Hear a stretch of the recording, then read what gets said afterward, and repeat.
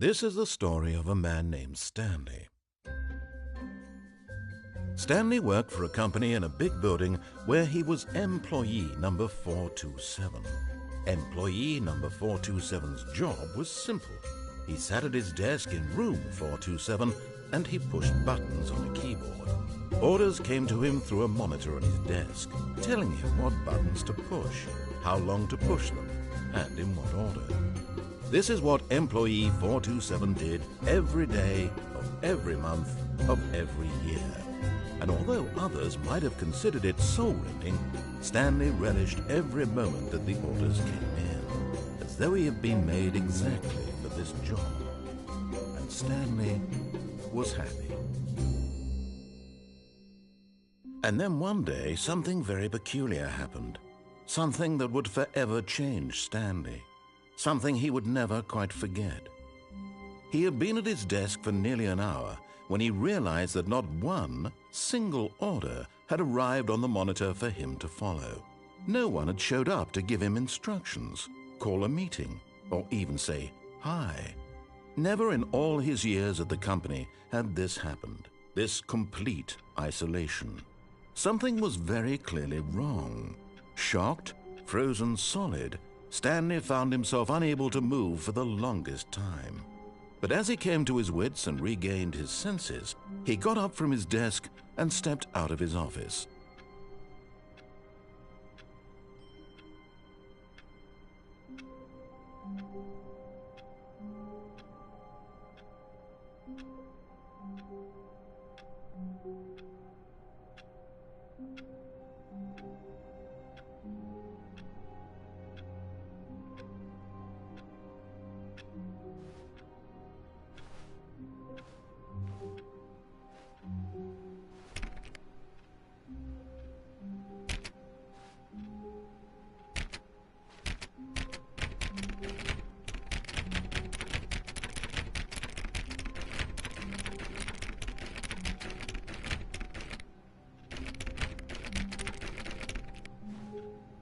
All of his co-workers were gone. Oh, please. Are you really just doing this for the trophy? Click a door 5 times? Is that all you think a trophy is worth? No. I can't just give these merits away for such little effort. A measly 5 clicks? Now, suppose you were to click the door 20 times. I would say that's the kind of effort that warrants recognition.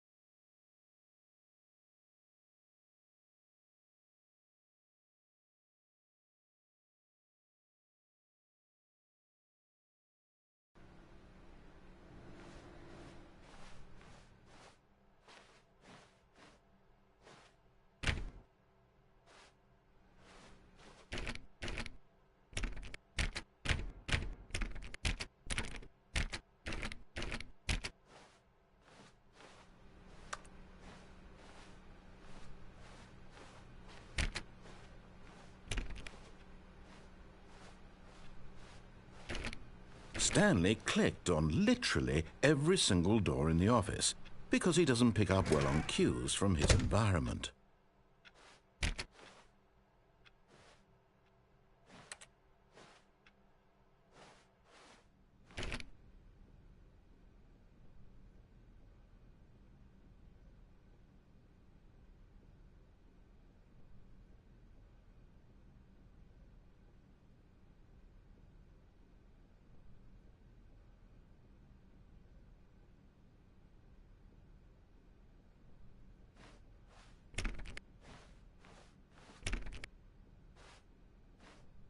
When Stanley came to a set of 2 open doors, he entered the door on his left.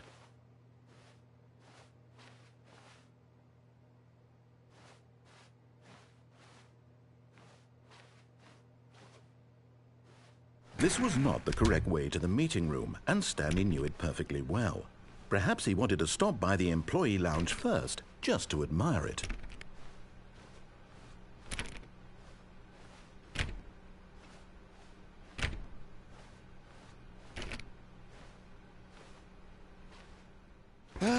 Yes, truly a room worth admiring. It had really been worth the detour after all, just to spend a few moments here in this immaculate, beautifully constructed room. Stanley simply stood here, drinking it all in.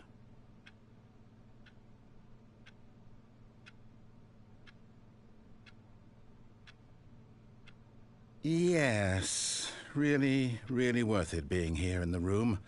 A room so utterly captivating that even though all your co-workers have mysteriously vanished, here you sit looking at these chairs and some paintings. Really worth it.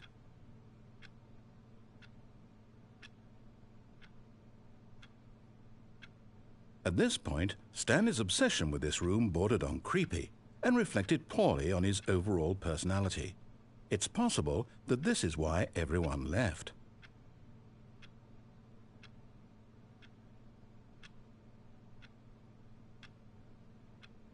Stanley sat around waiting for more dialogue, but when a long time had passed and there was no more, he decided that the game was trying to send him a message.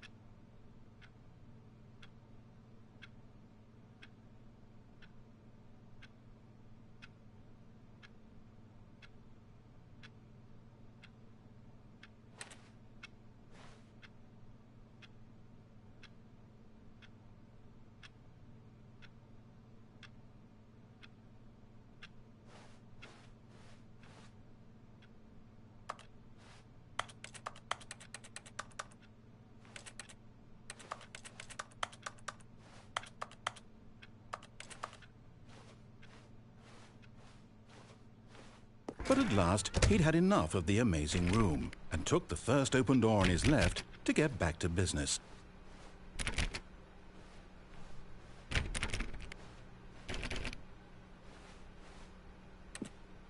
Stanley was so bad at following directions, it's incredible he wasn't fired years ago.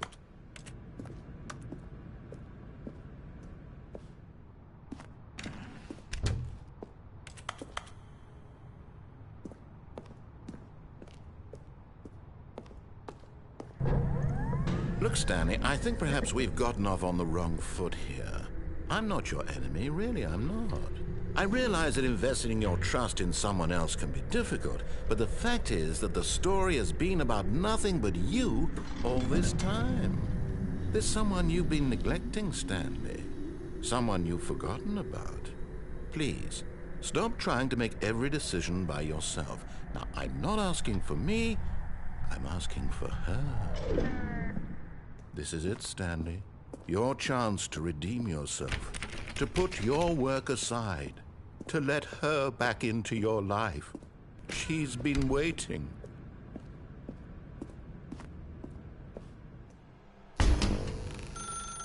That's her, Stanley.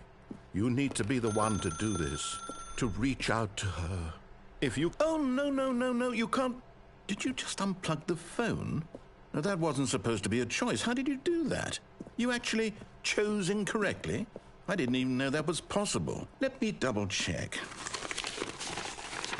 No, it's definitely here, clear as day. Stanley picks up the phone. He's taken to his apartment where he finds his wife, and the two pledge themselves to one another. Music comes in, fade to white, roll credits. Not picking up the phone is actually somehow an incorrect course of action. How is that even possible? None of these decisions were supposed to mean anything. I don't understand. How on earth are you making meaningful choices? What did you... Wait a second. Did I just see... No, that's not possible. I can't believe it. How had I not noticed it sooner? You're not Stanley. You're a real person. I can't believe I was so mistaken. This is why you've been able to make correct and incorrect choices. And to think I've been letting you run around in this game for so long. If you'd made any more wrong choices, you might have negated it entirely. It's as though you completely ignored even the most basic safety protocol for real-world decision-making. Or did you not grasp the severity of the situation? Well, I won't have that kind of risk on my watch. I'm going to stop the game for a moment so we can educate you properly on safe decision-making in the real world. Please observe this helpful instructional video. Choice. It's the best part of being a real person, but if used incorrectly can also be the most dangerous. For example, in this scenario, a hypothetical real person named Rupert has a choice. He could invent a machine that eliminates food shortages across the world to make life better for all people. Or he could spend years of hard work forgetting how to read. Which choice would you make? Remember that unlike here, the real world makes sense, and at no time should you make a choice that does not conform to rational logic. If you find yourself speaking with a person who does not make sense, in all likelihood, that person is not real. Allow the person to finish their thought, then provide an excuse why you cannot continue talking.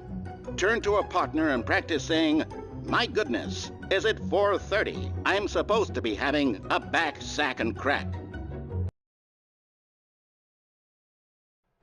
Excellent. Making choices on a regular basis is the best part to a healthy decision-making process. Most medical professionals recommend making at least 8 choices per day. Do you make more than 8? Less?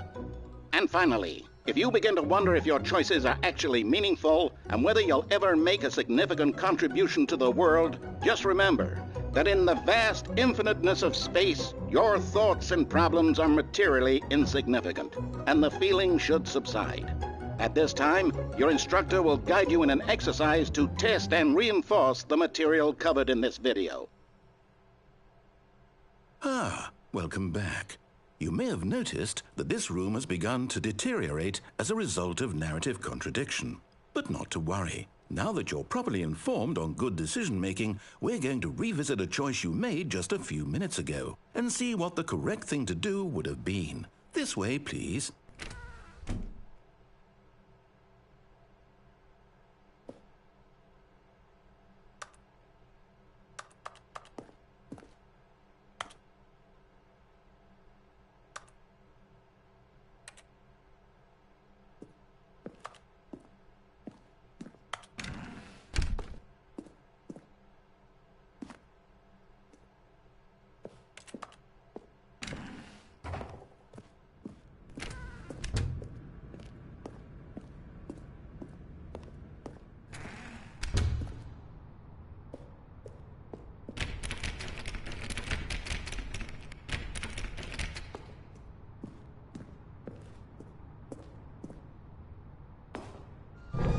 Now that we know your choices are meaningful, we can't have you jumping off the platform and dying.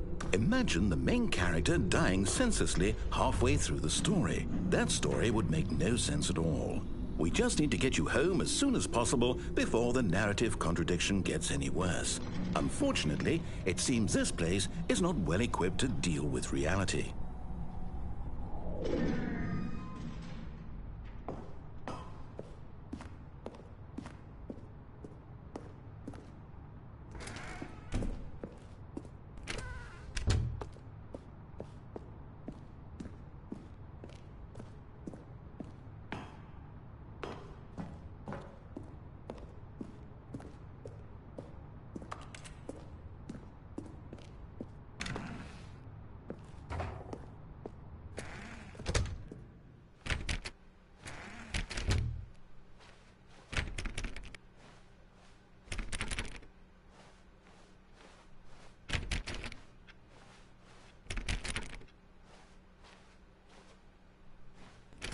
Almost there. You'll take the door on the left, back to the correct ending, the story will have resolution once again, and you'll be home free in the real world.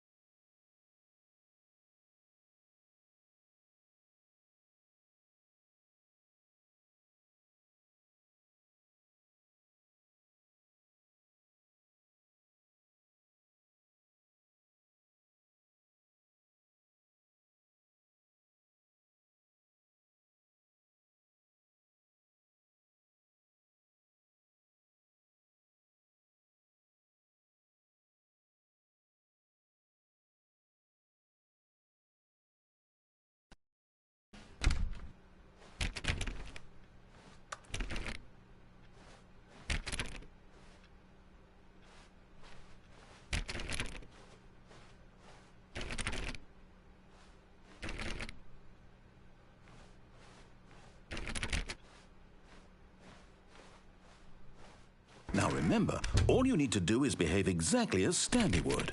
That means choosing responsibly and always putting the story first. I'm quite sure you'll be up to the task. Just follow my lead and you'll be fine. All right. When Stanley came to a set of 2 open doors, he entered the door on his left.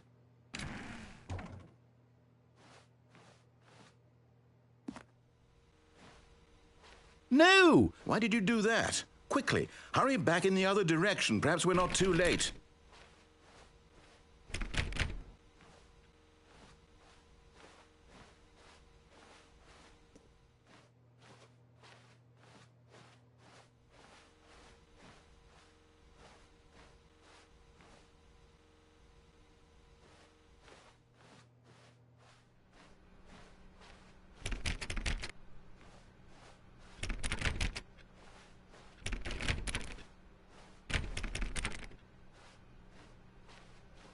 Oh, it's ruined. I can't believe, after everything we talked about, that my story, you've destroyed my work. Why? For what? What did you get out of that? What did you think was so special about seeing the game undone, left here like so much garbage? It's worthless now. And what am I supposed to do? Even if there were a way to continue, would it be worth it? To know that my story is now incorrect? How can I go back to that? I can't erase that knowledge. I'll have to live with it forever, reliving its impossibility forever. I couldn't live. Destroy all of my work? I don't know. What's the answer? What do I do? What do I do? What do I... No, I have to. Have to.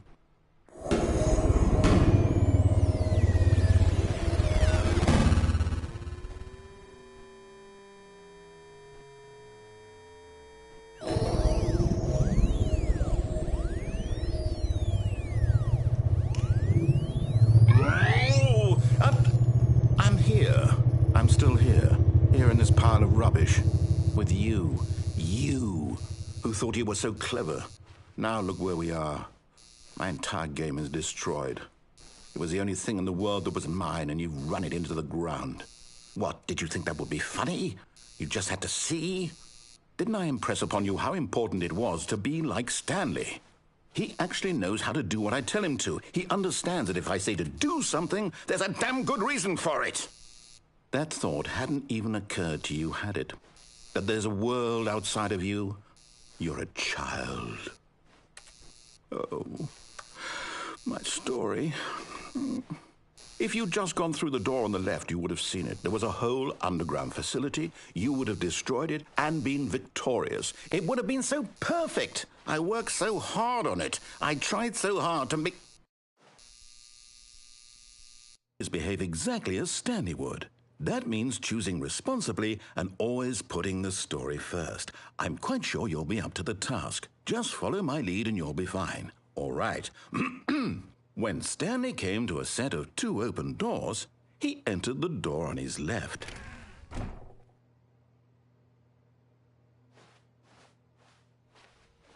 No! Why did you do that? Quickly, hurry back. Behave exactly as Stanley would. That means choosing responsibly and always putting the story first. I'm quite sure you'll be up to the task. Just follow my lead and you'll be fine. All right. When Stanley came to a set of 2 open doors, he entered the door on his left.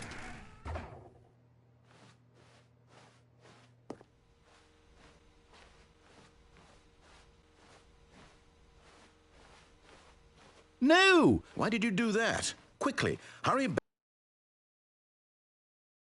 Behave exactly as Stanley would. That means choosing responsibly and always putting the story first. I'm quite sure you'll be up to the task. Just follow my lead and you'll be fine. All right.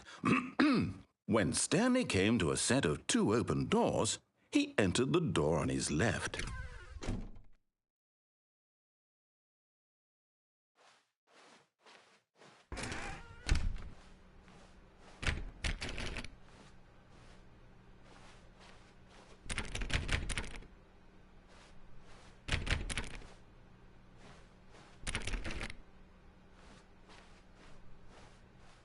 Yet there was not a single person here either.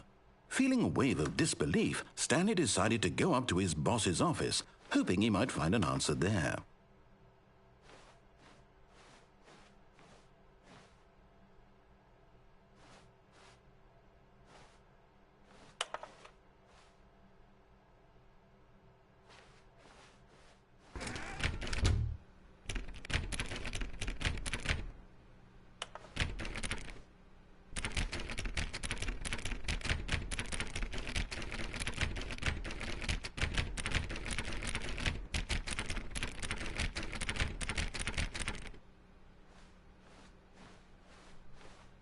Coming to a staircase, Stanley walked upstairs to his boss's office.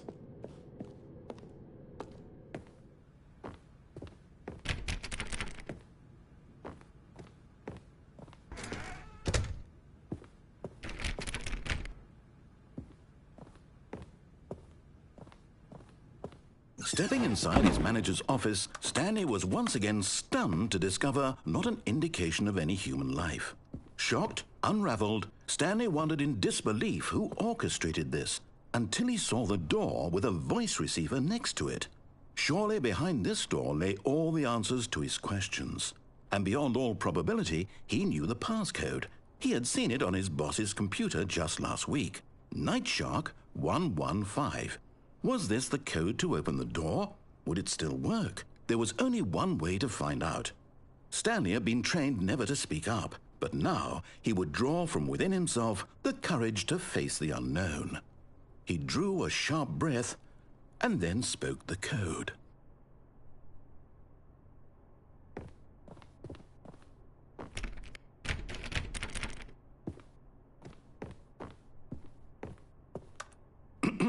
Stanley spoke the code.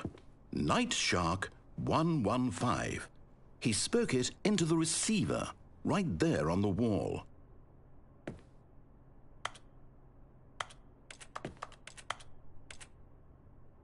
I'm sorry, is there a problem?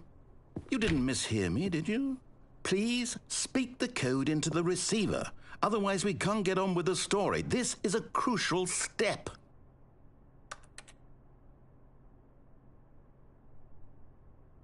Okay, fine, you're not going to do it, but you know what? It's pretty humiliating to bring you this far, only for you to suddenly decide you have better things to do. I asked you for this one single thing, for your respect. The kind of respect Stanley shows for his choices. He knows what it means to take a story seriously. If you didn't want to see what I had to show you, then why did you come here? You had a choice, you know. You could have gone through the door on the right. You could have done whatever the hell you wanted over there. Why did you come this way? Speak. Say something to me. Explain yourself, you coward. You... When Stanley came to a set of two open doors, he entered the door on his left. Stanley? Hello? Are you... Is everything okay? Stanley, please. I need you to make a choice. I need you to walk through the door. Are you listening to me? Can you hear me? Is everything all right? Stanley, this is important. The story needs you. It needs you to make a decision. It cannot exist without you. Do you understand me? Whatever choice you make is just fine. They're both correct. You cannot be wrong here. We can work together. I'll accept whatever you do. I simply need you to take that step forward, please. Choose. Do something. Anything. This is more important than you can ever know. I need this. The story needs it. So, you hear me? Are you there? Are you listening to this? Stanley, are you there? Okay. It's okay, I can wait. You need time to decide. Time to make sure your choice is correct. That is the best choice. That's all right. I'll wait for you to decide what's the right thing to do. Take as much time as you need.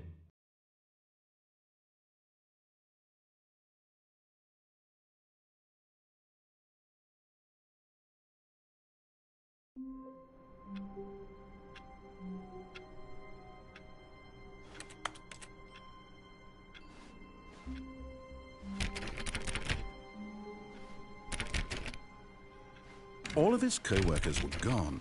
What could it mean? Stanley decided to go to the meeting room. Perhaps he had simply missed a memo.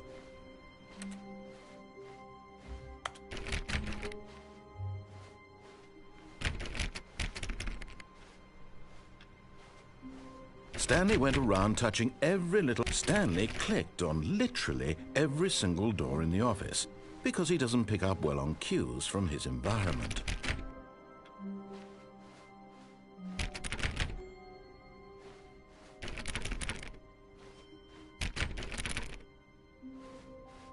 When Stanley came to a set of 2 open doors, he entered the door on his left.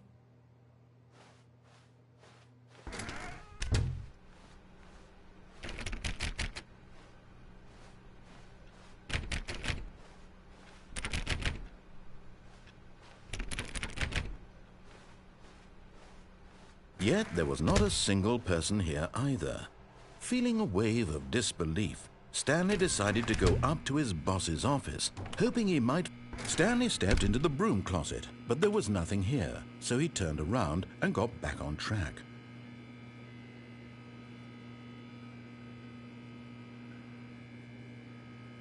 There was nothing here. No choice to make, no path to follow, just an empty broom closet. No reason to still be here.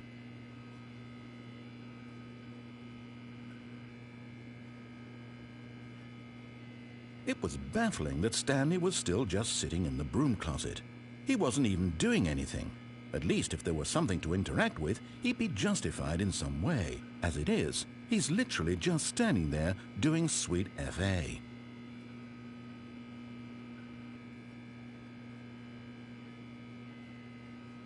Are you really still in the broom closet? Standing around doing nothing? Why? Please offer me some explanation here. I'm genuinely confused.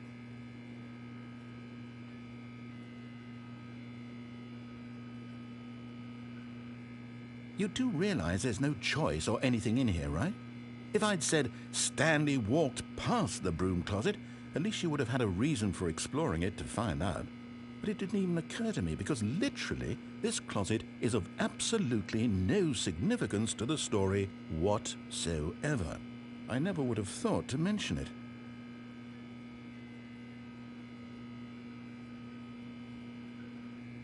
Maybe to you this is somehow its own branching path. Maybe when you go talk about this with your friends you'll say, "Oh, did you get the broom closet ending? The broom closet ending was my favorite." I hope your friends find this concerning.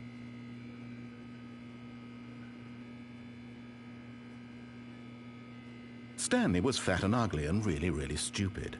He probably only got the job because of a family connection. That's how stupid he is. That or with drug money. Also, Stanley is addicted to drugs and hookers.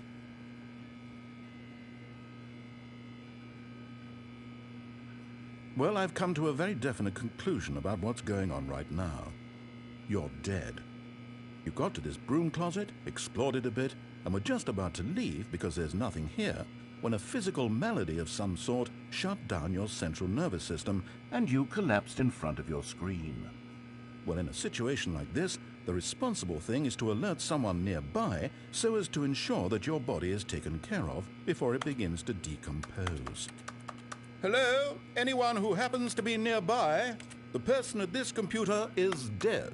They have fallen prey to any number of your countless human physiological vulnerabilities. It's indicative of the long-term sustainability of your species. Please remove their corpse from the area and instruct another human to take their place, making sure they understand basic first-person video game mechanics and filling them in on the history of narrative tropes in video gaming, so that the irony and insightful commentary of this game is not lost on them.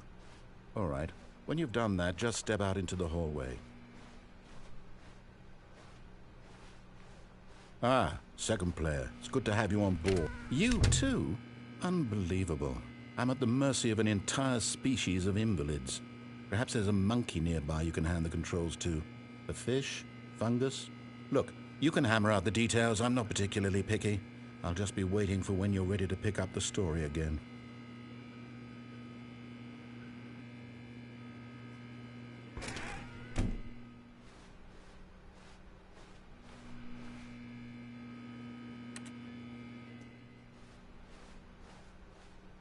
Coming to a staircase, Stanley walked upstairs to his boss's office.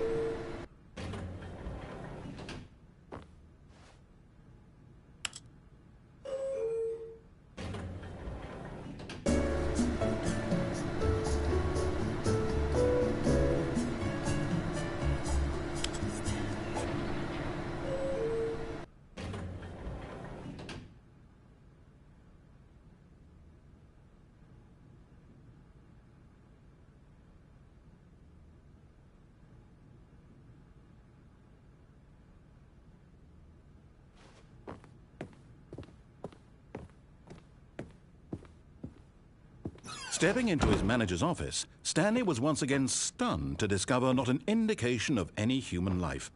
Shocked, unraveled, Stanley wondered in disbelief who orchestrated this, what dark secret was being held from him. What he could not have known was that the keypad behind the boss's desk guarded the terrible truth that his boss had been keeping from him. And so the boss had assigned it an extra secret PIN number, 2845. But of course, Stanley couldn't possibly have known this.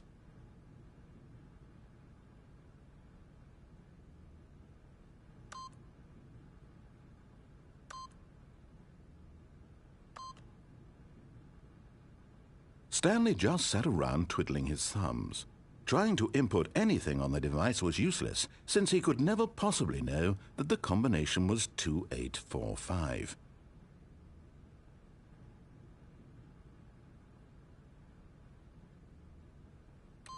"2845.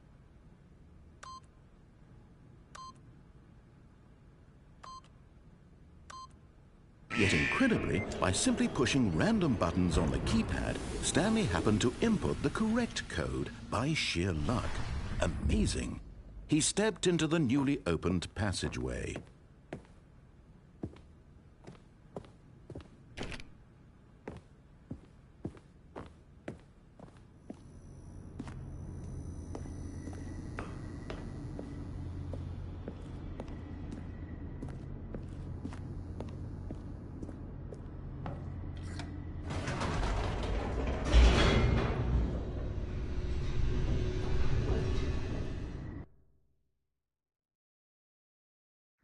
Descending deeper into the building, Stanley realized he felt a bit peculiar.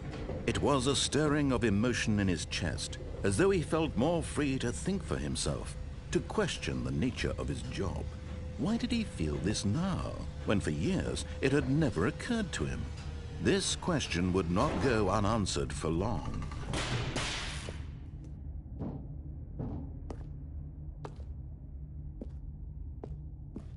Stanley walked straight ahead through the large door that read Mind Control Facility.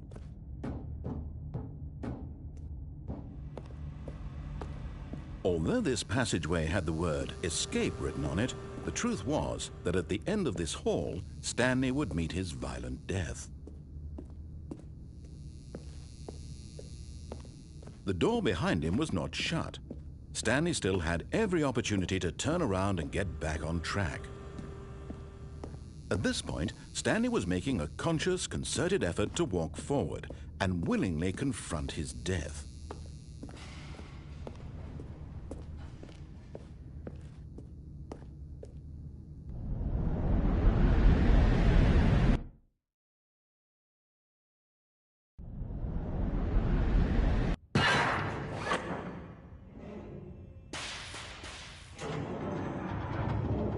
As the machine whirred into motion and Stanley was inched closer and closer to his demise, he reflected that his life had been of no consequence whatsoever. Stanley can't see the bigger picture. He doesn't know the real story, trapped forever in his narrow vision of what this world is. Perhaps his death was of no great loss, like plucking the eyeballs from a blind man. And so he resigned and willingly accepted this violent end to his brief and shallow life. Farewell, Stanley.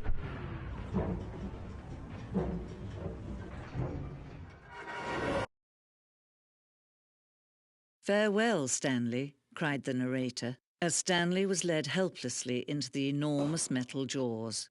In a single visceral instant, Stanley was obliterated as the machine crushed every bone in his body, killing him instantly.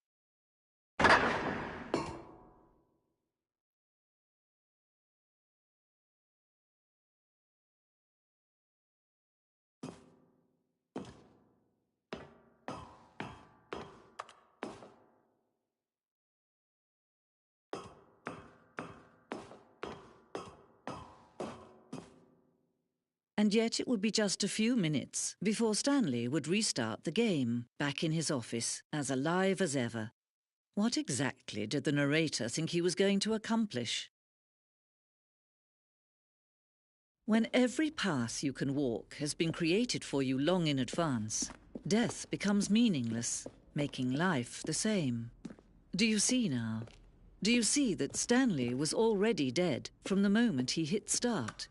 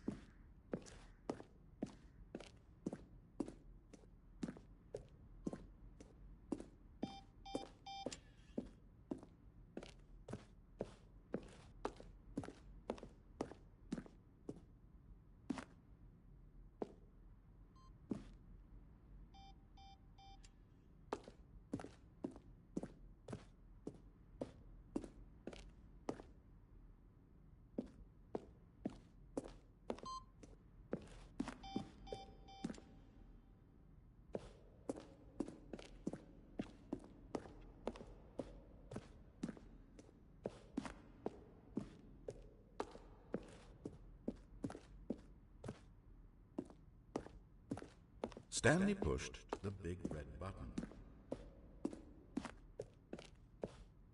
Stanley stood on the snow.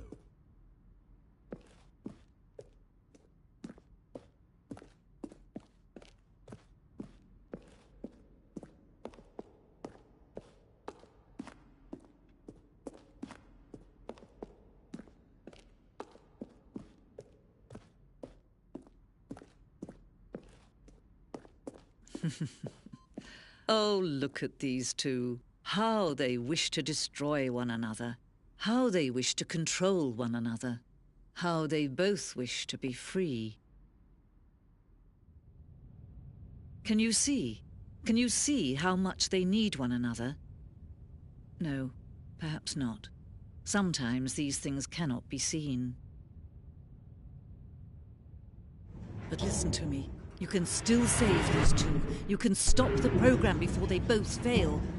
Turn off your PlayStation. There's no other way to beat this game. As long as you move forward, you'll be walking someone else's path. Stop now and it'll be your only true choice. Whatever you do, choose it. Don't let time choose for you. Don't let...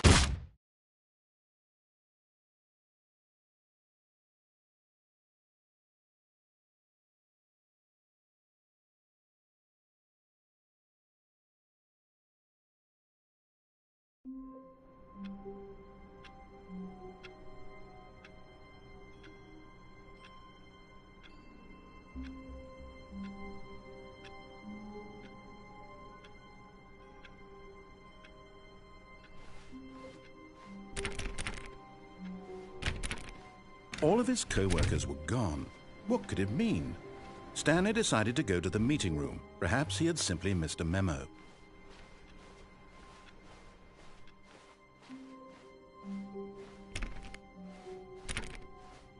When Stanley came to a set of 2 open doors, he entered the door on his left.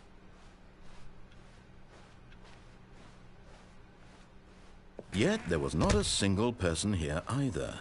Feeling a wave of disbelief, Stanley decided to go up to his boss's office, hoping he'd... Coming to a staircase, Stanley walked upstairs to his boss's office.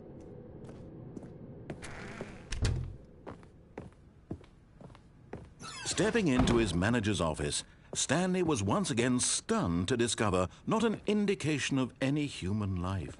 What could it mean? Stanley wondered aloud to nobody. He began wildly tearing through papers on the boss's desk, pulling books off the shelf, looking behind paintings, desperate for clues to his situation. But his attention was caught by a keypad behind the boss's desk. What could its purpose be?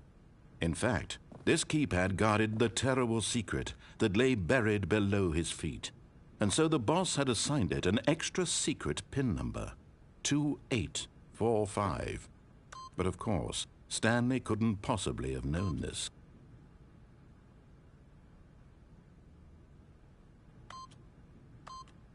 Yet incredibly, by simply pushing random buttons on the keypad, Stanley happened to input the correct code by sheer luck. Amazing. He stepped into the newly opened passageway.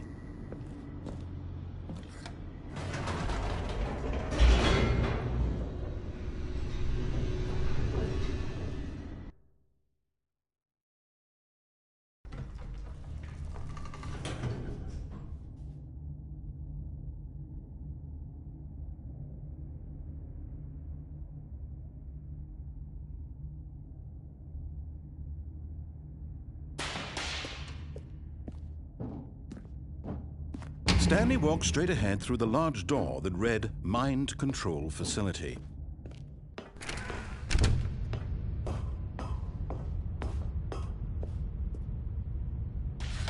The lights rose on an enormous room packed with television screens. What horrible secret did this place hold? Stanley thought to himself. Did he have the strength to find out?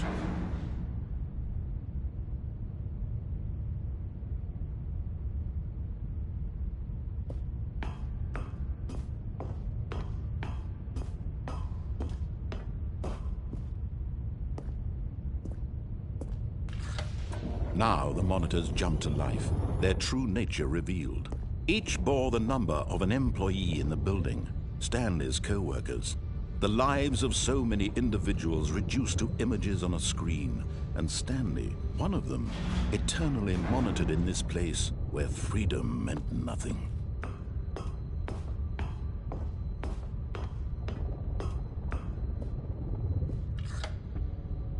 This mind control facility, it was too horrible to believe. It couldn't be true.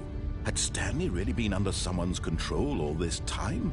Was this the only reason he was happy with his boring job? That his emotions had been manipulated to accept it blindly?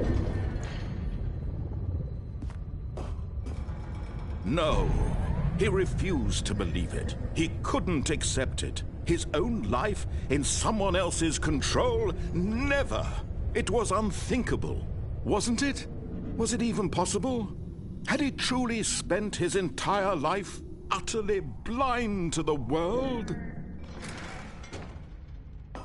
But here was the proof. The heart of the operation. Controls labeled with emotions. Happy, or sad, or content. Walking, eating, working. All of it monitored and commanded from this very place. And as the cold reality of his past began to sink in, Stanley decided that this machinery would never again exert its terrible power over another human life. For he would dismantle the controls once and for all.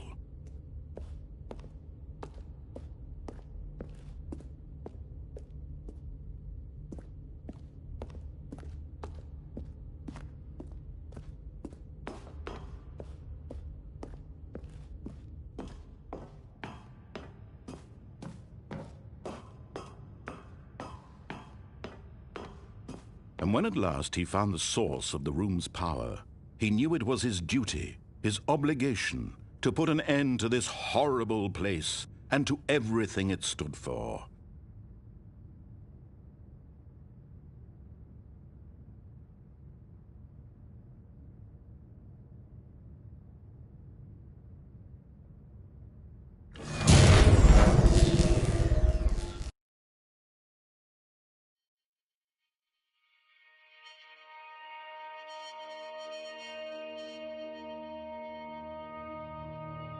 Blackness, and a rising chill of uncertainty. Was it over? Yes! He had won!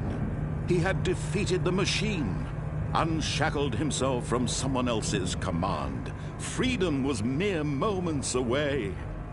And yet, even as the immense door slowly opened, Stanley reflected on how many puzzles still lay unsolved. Where had his co-workers gone? How had he been freed from the machine's grasp? What other mysteries did this strange building hold? But as sunlight streamed into the chamber, he realized none of this mattered to him, for it was not knowledge or even power that he had been seeking, but happiness. Perhaps his goal had not been to understand, but to let go. No longer would anyone tell him where to go, what to do, or how to feel.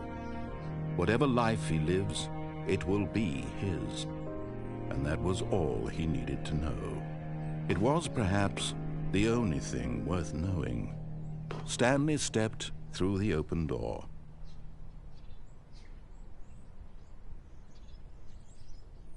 Stanley felt the cool breeze upon his skin, the feeling of liberation, the immense possibility of the new path before him. This was exactly the way, right now, that things were meant to happen. And Stanley was happy.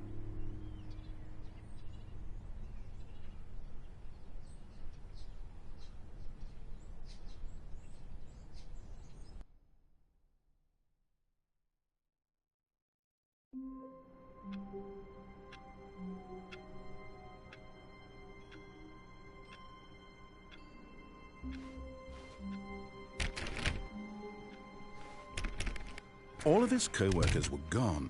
What could it mean? Stanley decided to go to the meeting room. Perhaps he had simply missed a memo.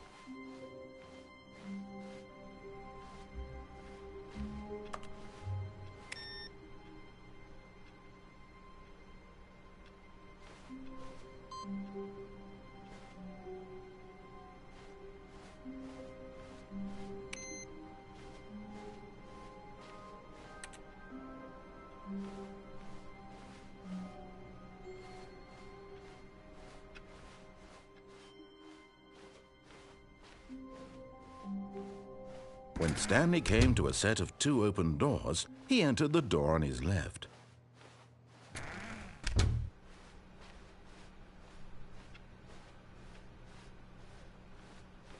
Yet there was not a single person here either. Feeling a wave of disbelief, Stanley decided to go up to his boss's office. Coming to a staircase, Stanley walked upstairs to his boss's office.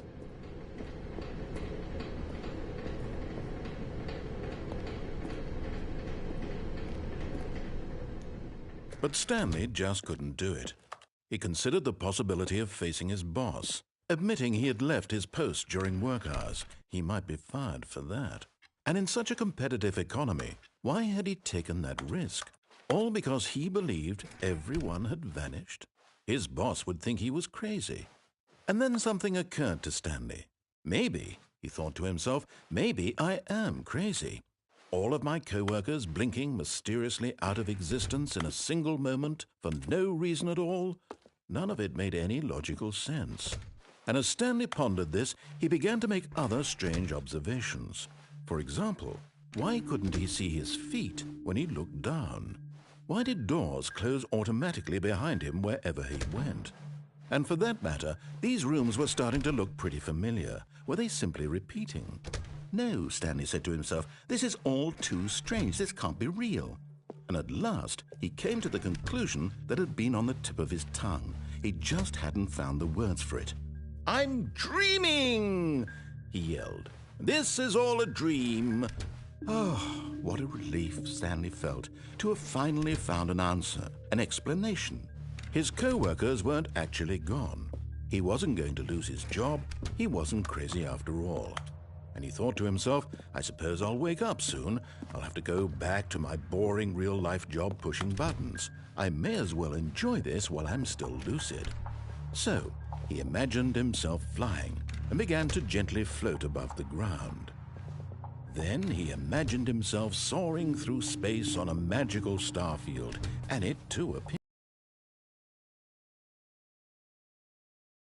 Still not woken up. How was he remaining so lucid?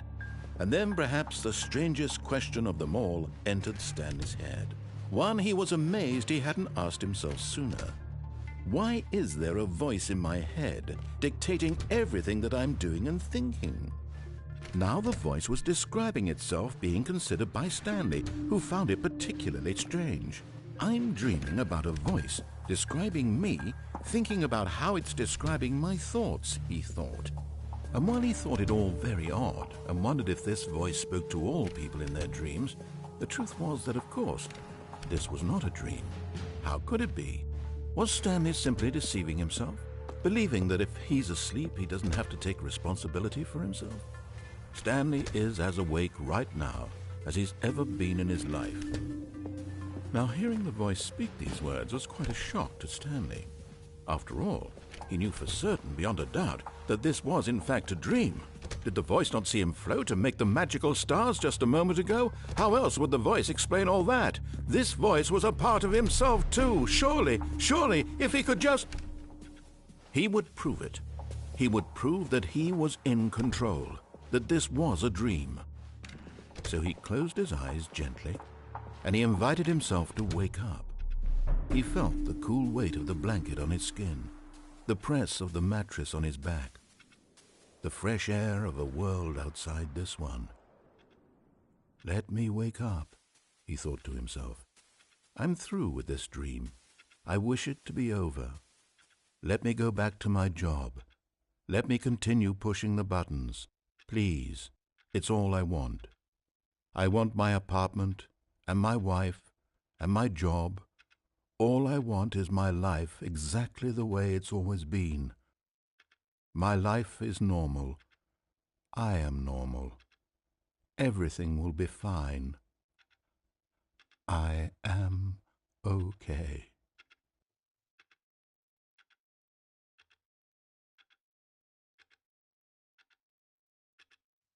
Stanley began screaming. Please, someone, wake me up. My name is Stanley. I have a boss. I have an office. I am real. Please, just someone tell me I am real. I must be real. I must be. Can anyone hear my voice? Who am I? Who am I? and everything went black.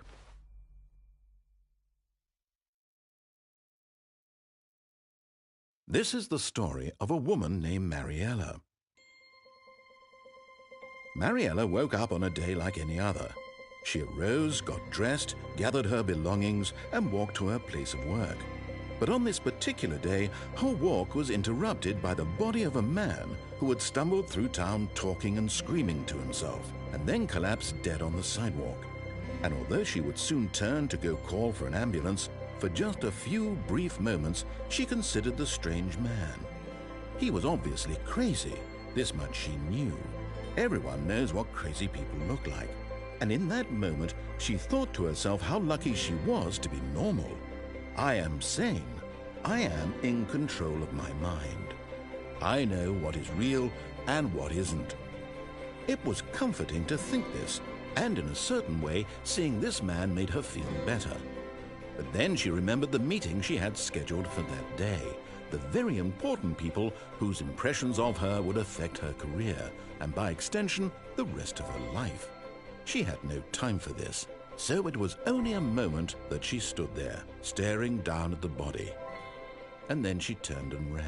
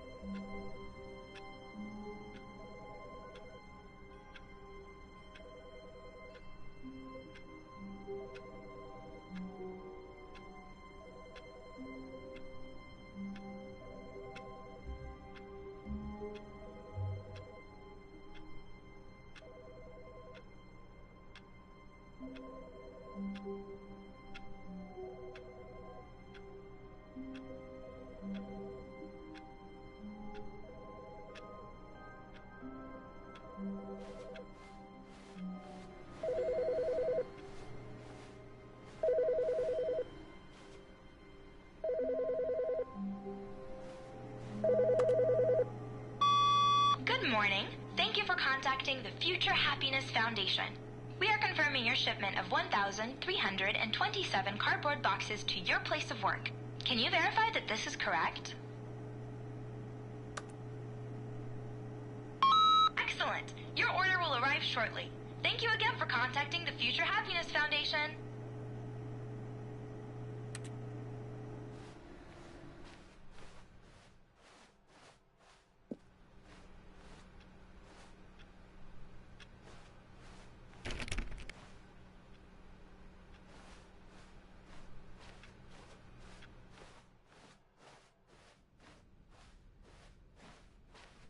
When Stanley doors, he entered the door on his left. This was not the correct way to the meeting room, and Stanley knew it perfectly well. Perhaps he wanted to stop by the employee lounge first, just to admire it. Wow, yes, this room. What a beautiful room. But eager to get back to business, Stanley took the first open door on his left. And so he detoured through the maintenance section, walked straight ahead to the opposite door, and got back on track.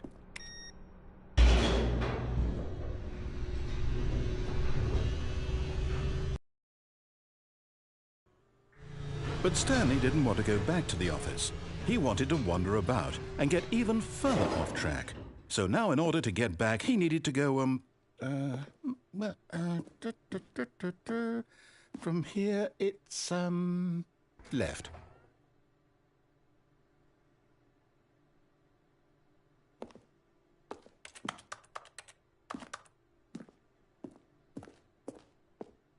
Oh, no, it's to the right, my mistake. No, not the right. Why would I have ever said it was to the right? What was I thinking? It's clearly... Oh, dear, would you hold on for a minute, please? Now, let's see. We went down right, left, down, left, right. Yep, okay, yes. I've got it now. This story is absolutely, definitely this way.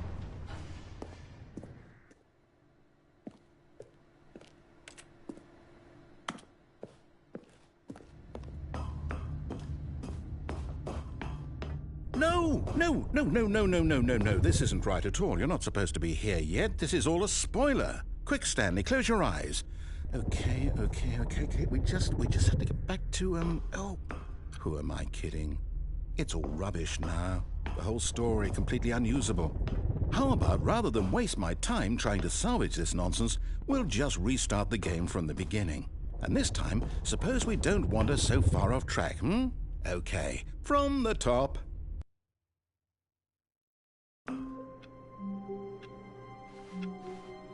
All of his co-workers were gone. What could it mean? Stanley decided to go to the meeting room. Perhaps he had simply missed a memo.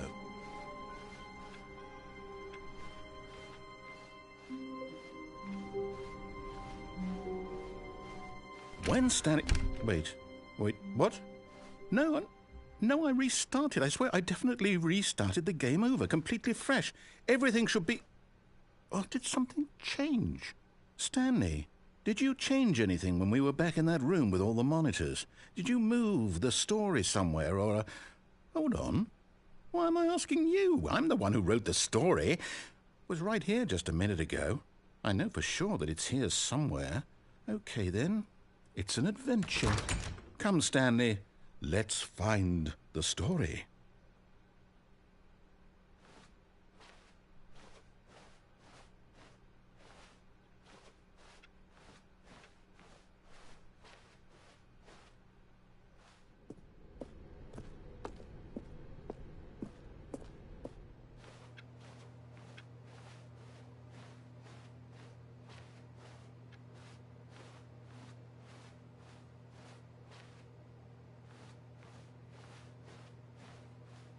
I'll say it.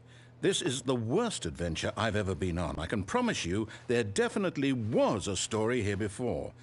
Do we need to restart the game again? Well, I find it unlikely that we'll ever progress by starting over and over again, but it's got to be better than this. Okay, let's give it a shot. Why not?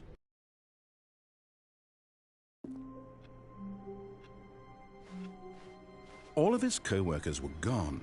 What could it mean? Stanley decided to go to the meeting room. Perhaps he had simply missed a memo.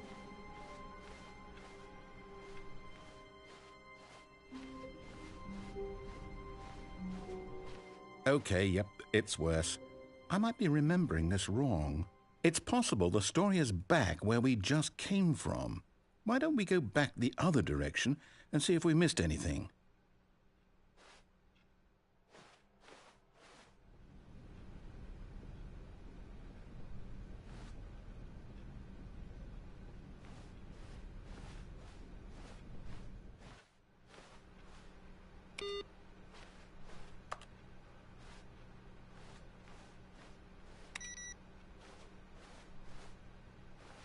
Aha!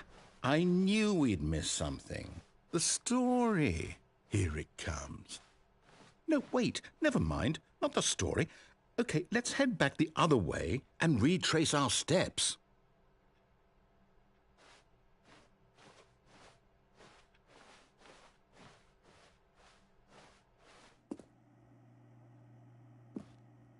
Now this... Well, I'll be honest, I don't recognize this place at all. Is this the story? I don't think so. I can't quite recall, but I believe my story took place in an office building. Is that correct? Do you remember, Stanley? Well, do you know what? Since I've completely forgotten what we were supposed to be doing, how about this?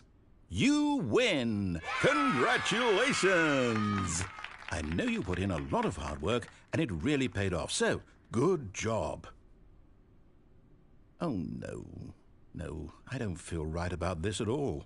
We both know you didn't put in any actual work for that win. Some people win fair and square, and this was not one of those situations. Okay, I'm getting weirded out by whatever this place is. I don't care what might happen this time. I have to restart.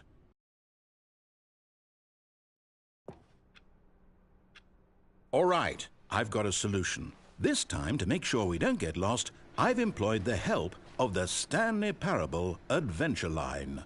Just follow the line. How simple is that?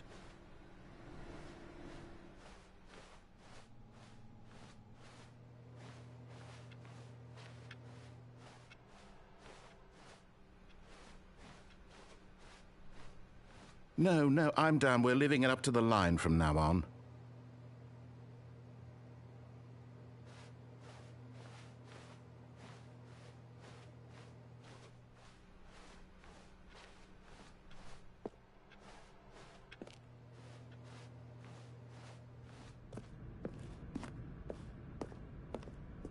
You see? The line knows where the story is. It's over in this direction. Onward, Stanley, to destiny. Though, here's a thought. Wouldn't wherever we end up be our destination, even if there's no story there? Or to put it another way, is the story of no destination still a story? Simply by the act of moving forward, are we implying a journey such that a destination is inevitably conjured into being via the very manifestation of the nature of life itself? Whoa. Hang on.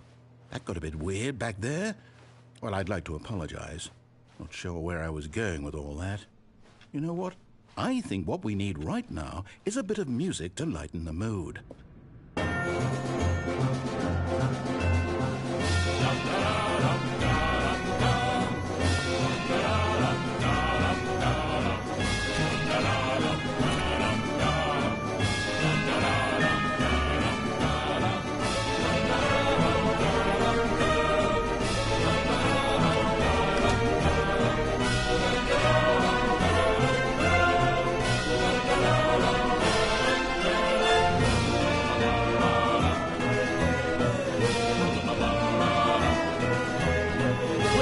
Cut the music, go back and look at that fern.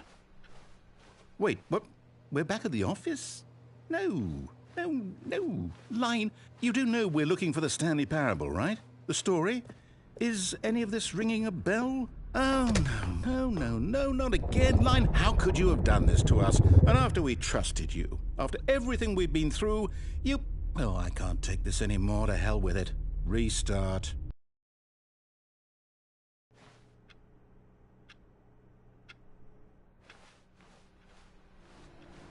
You know what, Stanley? I say forget the adventure line. What's it ever done for us? We're intelligent people, right? Why can't we make up our own story? Something exciting, daring, mysterious. Ooh, this all sounds perfectly doable. Why don't we simply start wandering in, well, I don't know. How about this direction?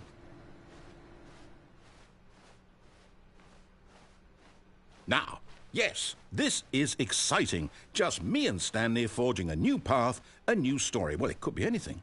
What do you want our story to be? Go wild. Use your imagination. Whatever it might be, Stanley, I'm ready for it.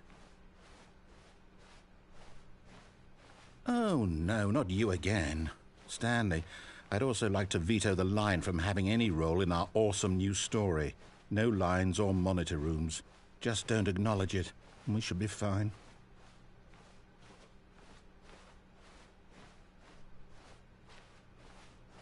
Ah, a choice. We get to make a decision. From here, the story is in our control. How important we mustn't squander the opportunity. In fact, I believe I need a minute to think here. Just walk in circles for a minute. Okay, so I know that each door has to lead somewhere, which means that somewhere, the place where we're trying to go, there must be a reverse door that leads here. And that in turn means that our destination corresponds with the counter-inverted reverse door's origin. So starting from the right, let us ask, will taking the right door lead us to where we're going?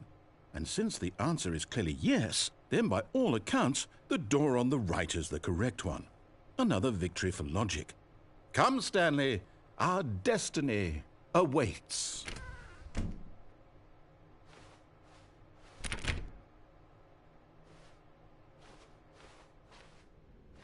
Oh, hold up, what's this? The confusion ending. You're telling me that's what this is? It's all one giant ending?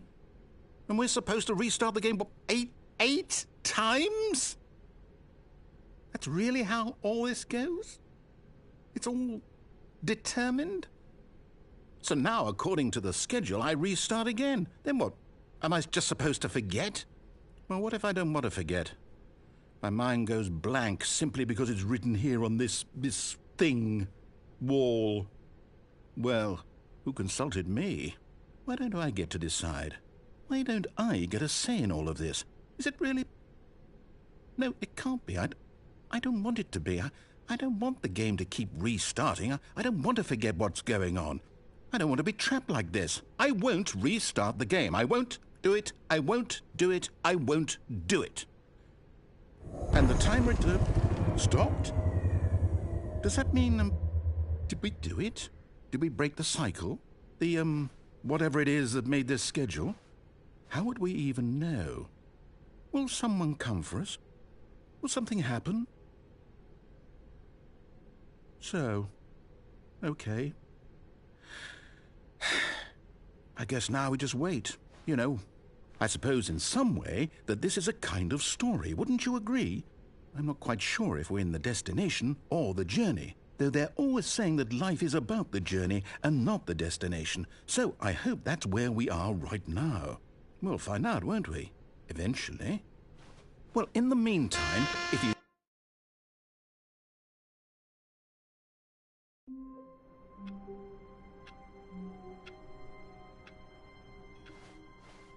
Already this was uncomfortable, and Stanley decided that as soon as he found a new space he felt safe in, that he would never leave it again in his life.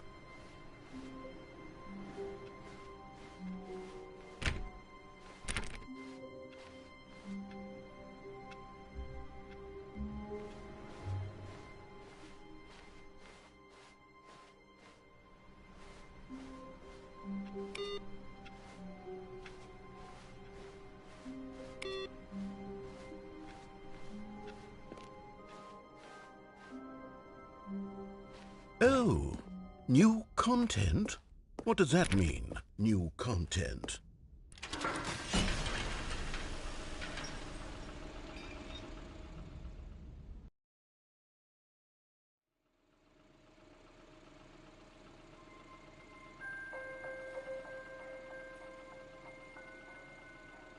Hello, and thank you for playing the Stanley Parable Ultra Deluxe.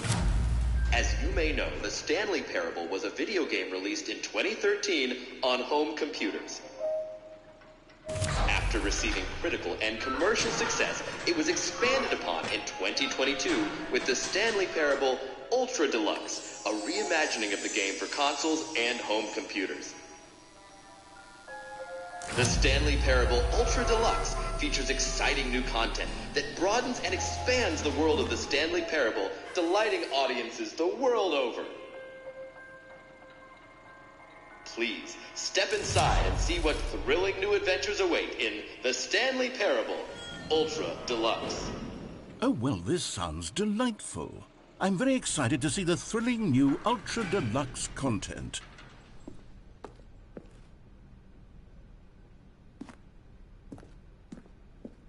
Okay, so far it's an elevator. Nothing special yet, but I'm sure it's just the beginning of a mesmerizing adventure.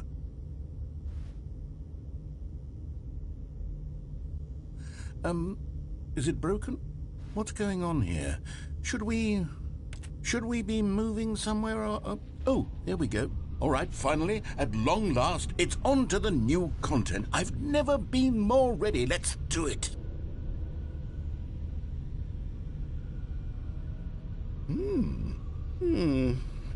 I have to say, initial impressions of Stanley Parable Ultra Deluxe, mostly tedious. It's as if Oh, okay. Let's see the content. Give me the content, Stanley. All right, let's see. It's the jump circle.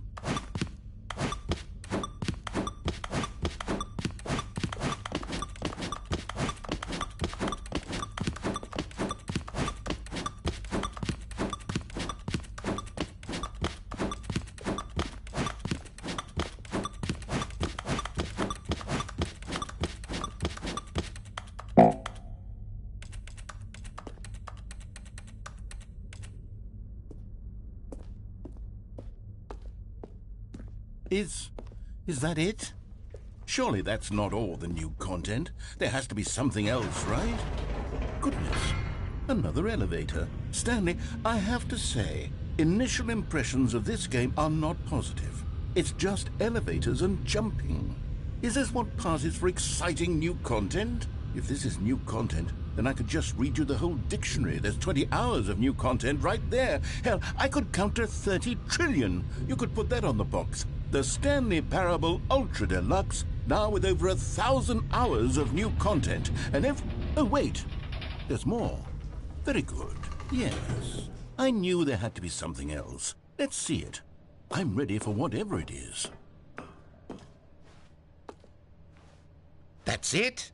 Oh, you've got to be kidding me. You see, Stanley? This is what happens when greedy video game developers with no respect for their fan base rush a cheap expansion to market for no reason other than to make an easy dollar. And don't get me started on the level of craftsmanship that's gone into it. In fact, I'm looking right now at the game's trophies, and it's hard to believe one of them actually says, "Test trophy, please ignore." What quality assurance department signed off on this? I'm infuriated and I'm offended, and I intend to find these people on Twitter and hold them personally accountable. It's my fault, Stanley. I built up too much and it could never have lived up to such expectations.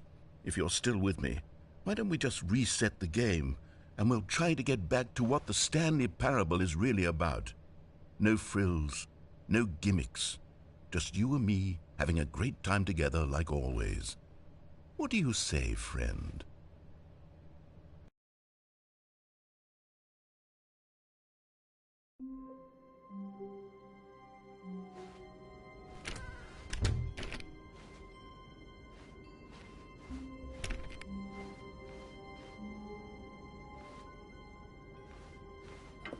Psst!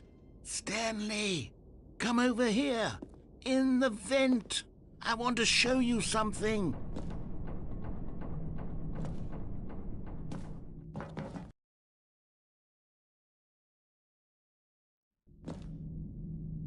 Okay, you remember how cheap and unsatisfying the new Ultra Deluxe content turned out to be? Well, it got me thinking about the past and how much better the Stanley Parable used to be. So I made something special and tucked it away here where the game's developers won't find it. Just our little secret. Take a look.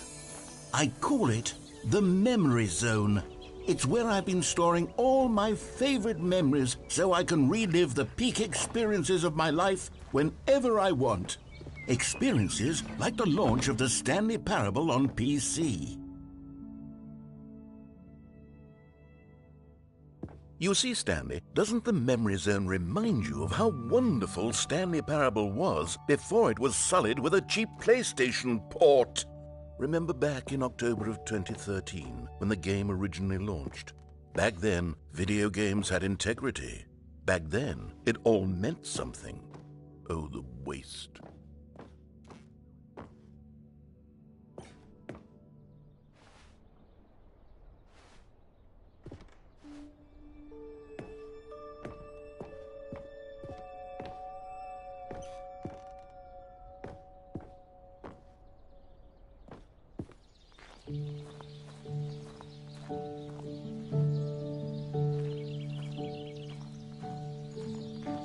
Je suis dans la Memory Zone, seul sur l'abri des loups, et je n'attends plus que toi, mon And over here is where I keep reviews of the Stanley Parable. Like this stunning triumph of games journalism, 10 out of 10 from Destructoid.com. James Stephanie Sterling writes, and I quote, "Where so many games that aspire to be more than games end up less than any form of art, Stanley Parable strives and then succeeds to be every game ever created."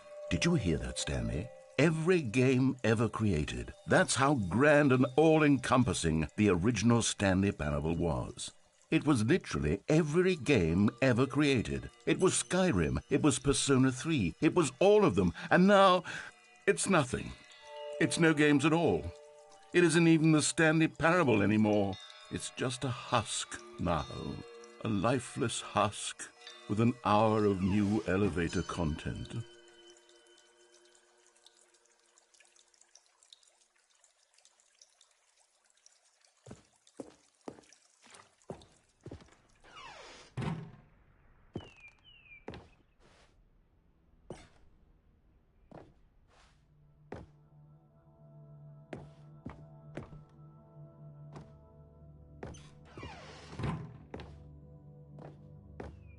Here's another moving passage, this time from GameSpot.com.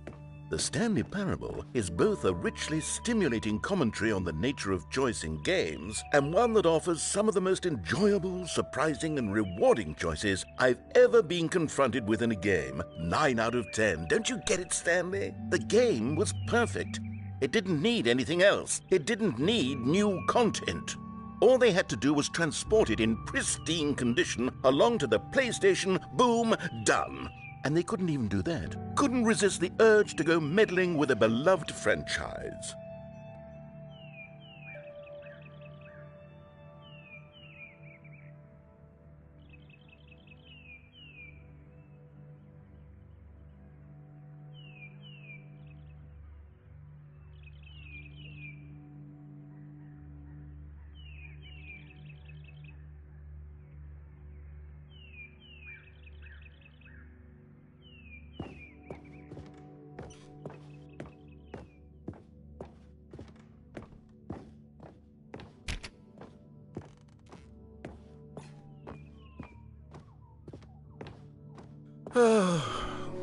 These were simpler times, Stanley. But I wouldn't give to go back, to have it all over again. Wait, hang on. I don't recall this part of the memory zone before. What's this? What's down here?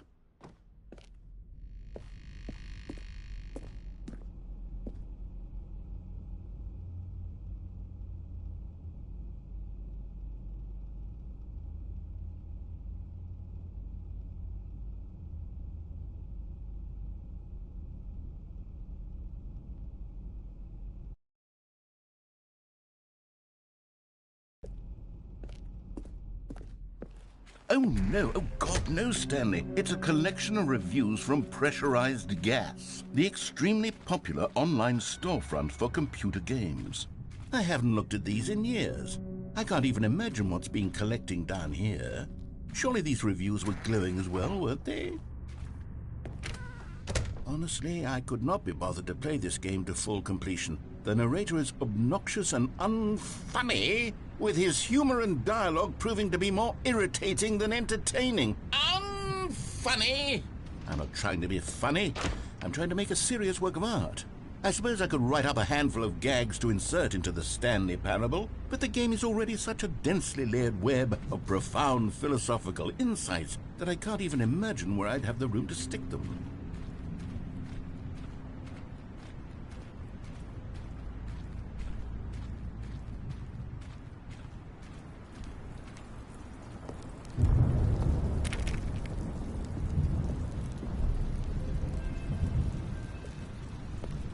Okay, let's see what this one says. While the idea for the game is good, for someone who prefers non-linear games, this preachiness gets annoying fast. Preachy? Stanley, I'm not preachy, am I? You can tell me if I'm preachy. Honestly, you can. Oh, goodness. This is actually quite shocking for me. Well, to be honest, I had always thought of the game's dialogue as being rather terse to begin with. You can't know how much fluff I cut from the game to get it to feel as light and airy as it... Well, I always thought it did, but maybe it wasn't. Dear, what an awful memory to have to hold on to. These black marks on my otherwise unimpeachable track record. I feel like a failure, like I let these people down. Perhaps the Stanley Parable isn't quite as sterling as I always remembered.